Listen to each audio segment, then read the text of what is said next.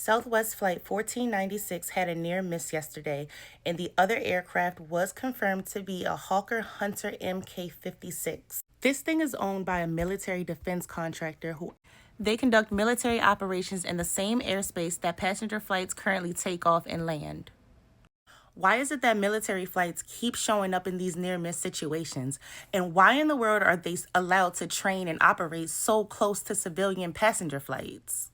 We're talking about thousands of people were on board, real people's lives, and the military is just cruising around like it's a video game? And here's the kicker, this is not an isolated event. Just this year, there have been multiple near misses with military jets and passenger flight. Do you guys remember the Delta connection flight that almost collided with the B-52 bomber?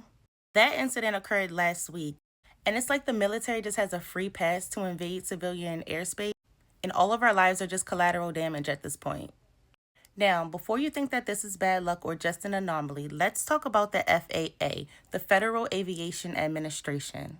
This team is supposed to be the watchdogs of airspace safety, and you think that they'd be on top of this, right? Since the Trump administration, the FAA has operated in a whole nother way. He hired people to head the agency that were unqualified and did not have the experience to handle such crucial and critical roles. They also cut funding for programs that monitor air traffic control around congested airports such as DCA. I'm just sitting here wondering how many more near misses do we need before somebody wakes up and says, yeah, maybe military jets should not be operating and training in civilian airspaces. That daggone close to a commercial airport. How many more near misses, sudden drops, heart-stopping moments, and injuries before this is taken seriously? We all want a very strong military defense, but not at the cost of civilian lives. There needs to be a serious conversation on who exactly is controlling the airspace, and does the FAA even have the power to keep us all safe? And are they getting resources soon to keep us safer? At this point, we're one bad call away from a disaster that could have been avoided if somebody just cared enough to fix the broken system. So what do you think? Should military flights be restricted from commercial flight zones that are crowded?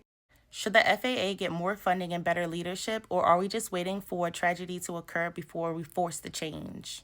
Drop your thoughts below because this is serious and it affects anybody who flies.